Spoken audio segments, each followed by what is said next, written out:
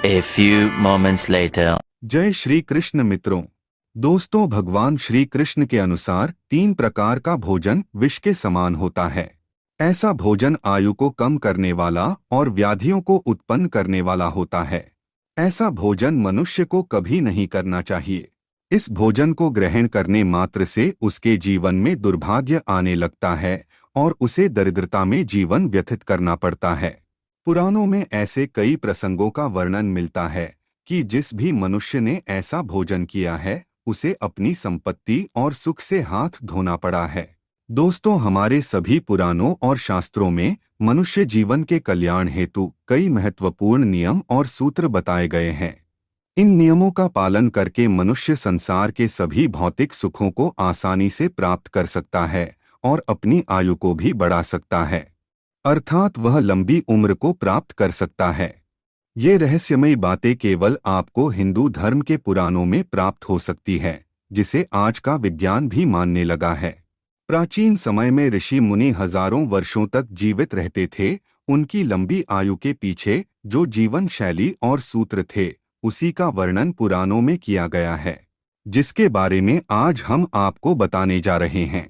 हिंदू धर्म में 18 महापुराण है और उन्हीं में से गरुड़ पुराण एक महान ग्रंथ माना जाता है। गरुड़ पुराण में समस्त ऋषियों का ज्ञान संग्रह तथा भगवान श्री कृष्ण और गरुड़ जी का संवाद लिखा गया है। भगवान श्री कृष्ण ने गरुड़ जी को जीवन और मृत्यु के संबंध में बहुत ही महत्वपूर्ण ज्ञान दिया है। मनुष्य का जन्म कैसे होता है, वह पाप और पुण्य क्यों करता है, पाप करने के बाद उसे कौन सी सजाएं मिलती है, मृत्यु से पूर्व कौन से संकेत मिलते हैं, मृत्यु के बाद आत्मा कहाँ पर जाती है तथा नरक लोक कैसा है, आदि प्रकार के विषयों पर भगवान श्री कृष्ण ने गरुड़ जी को ज्ञान दिया है। इसके साथ ही भगवान श्री कृष्ण ने गरुड़ जी को गृहस्थ जीवन संबंधी आचार विचार, भोजन संबंधी नियम, स्नान आदि कार्यों की विधि तथा नाना प्रकार के रोगों के उपचार भी बताए हैं। आज हम आपको गरुड़ पुराण तथा विष्णु पुराण आदि ग्रंथों में बताए गए भोजन के संबंधी जो महत्वपूर्ण नियम बताए गए हैं, उन्हीं के बारे में बताने जा रहे हैं। प्रत्येक मनुष्य को किस प्रकार से भोजन करना चाहिए, भोजन करने से पहले कौन सा मंत्र बोलना चाहिए, किस प्रकार का भोजन त्याज्य और अशुभ होता है, किस प्रकार का भोजन करने से आयु में वृद्धि होती है तथा भोजन समाप्त हो जाने के बाद क्या करना चाहिए आदि के बारे में भगवान श्री कृष्ण ने उपदेश दिया है। भगवान श्री कृष्ण के अनुसार इस संसार के प्रत्येक देहधारी प्राणी को अपने शरीर को चलायमान रखने के लिए भोजन करना अनिवार्य है। भोजन से ही मनुष्य को ऊर्जा प्राप्त होती है और उसी से उसके शरीर को शक्ति मिलती है। भोजन से ही बल, वीर्य, बुद्धि, तेज आदि प्राप्त होते हैं। इसीलिए मनुष्य को नित्य भोजन अवश्य करना चाहिए। किंतु भोजन करते समय मनुष्य को शास्त्रों में बताए गए महत्वपूर्ण नियमों का पालन भी अवश्य ही करना चाहिए। शास्त्रों में बताए गए नियमों के अनुसार भोजन करने वाला मनुष्य दीर्घायु हो जाता है, साथ ही उसे सुंदर रूप की भी प्राप्ति होती है। शास्त्र नियमों का पालन करते हुए भोजन करने से समस्त देवी देवता भी संतुष्ट होते हैं और आशीर्वाद प्रदान करते हैं। साथ ही माँ अन्नपूर्णा तथा देवी लक्ष्मी की भी कृपा मनुष्य पर बनी रहती है, जिससे उसे जीवन में कभी धन और धान्य की कमी नहीं रहती है। श्री कृष्ण ने गरुड़ जी को 3 प्रकार के भोजन के बारे में बताया है जो मनुष्य को कभी खाना नहीं चाहिए। ऐसा भोजन मनुष्य के शरीर में रोग उत्पन्न करता है, उसके शरीर के अंगों को क्षीण तथा कमजोर बनाता है और ऐसा व्यक्ति जवानी में ही बूढ़ा दिखाई देने लगता है। ऐसा भोजन श्राप के समान ही होता है, जिसका ग्रहण करने से व्यक्ति को शारीरिक तथा मानसिक परेशानी का सामना करना पड़ता है। श्री कृष्ण के अनुसार ऐसा श्रापित भोजन केवल प्रेतों के लिए होता है। यदि मनुष्य भूल से भी ऐसे भोजन को ग्रहण कर लेता है तो कम समय में ही मृत्यु को प्राप्त हो जाता है। भोजन शुरू करने से पहले मनुष्य को क्या करना चाहिए? भगवान श्री कृष्ण कहते हैं, मनुष्य को हमेशा अपने 5 अंगों को साफ करके ही भोजन करना चाहिए। दोनों पैरों को तथा दोनों हाथों को और अपने मुख को जल से अच्छी तरह से स्वच्छ करके ही भोजन करना उचित होता है। इससे मनुष्य के शरीर से रोग दूर रहते हैं और व्यक्ति दीर्घायु बन जाता है। अस्वच्छ अवस्था में भोजन करने से शरीर में रोग निर्माण हो सकते हैं।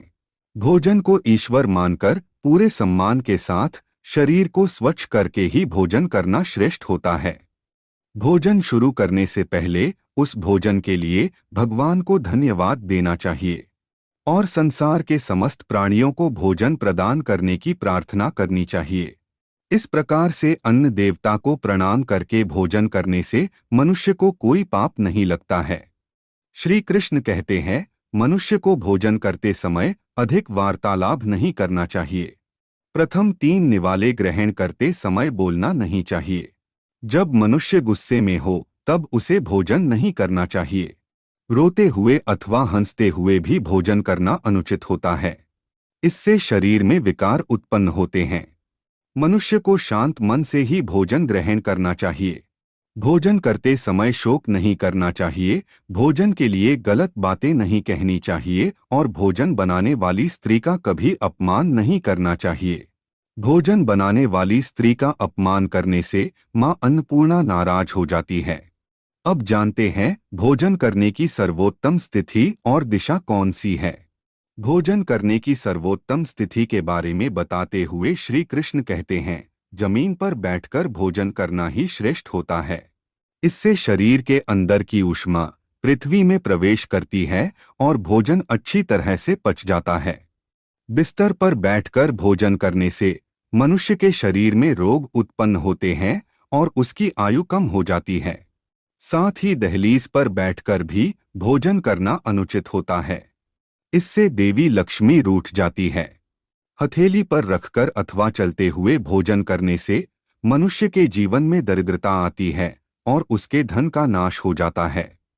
भोजन करते समय दिशाओं का ध्यान रखना भी आवश्यक होता है। कभी भी दक्षिण दिशा में मुख करके भोजन नहीं करना चाहिए। भोजन करने के लिए सर्वोत्तम दिशा पूर्व और उत्तर ही मानी गई है।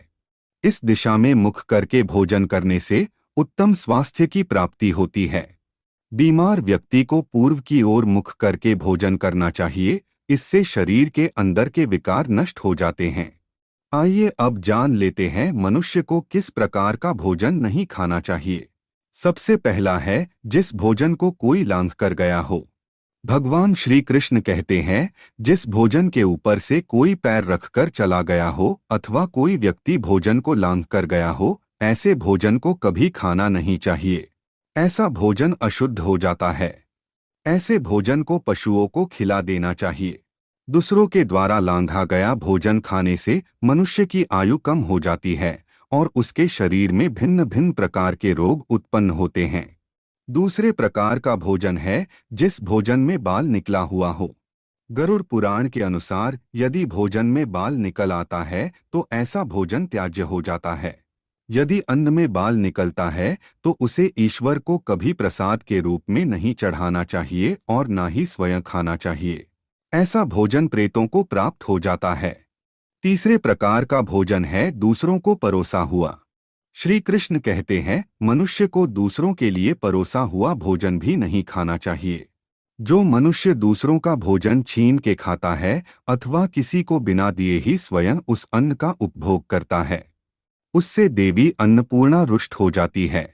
भोजन सभी में बांटकर खाना चाहिए। दूसरों के हिस्से का भोजन करने से मनुष्य के पुण्य कर्म नष्ट हो जाते हैं। तो दोस्तों, भगवान श्री कृष्ण ने इन 3 प्रकार के भोजन को त्याज्य माना है। उम्मीद है आपको यह जानकारी पसंद आई होगी। वीडियो को लाइक जरूर करें और कमेंट में जय श्री कृष्ण और जय मां अन्नपूर्णा अवश्य लिखें। साथ ही चैनल को सब्सक्राइब करना न भूलें। आप सभी का धन्यवाद।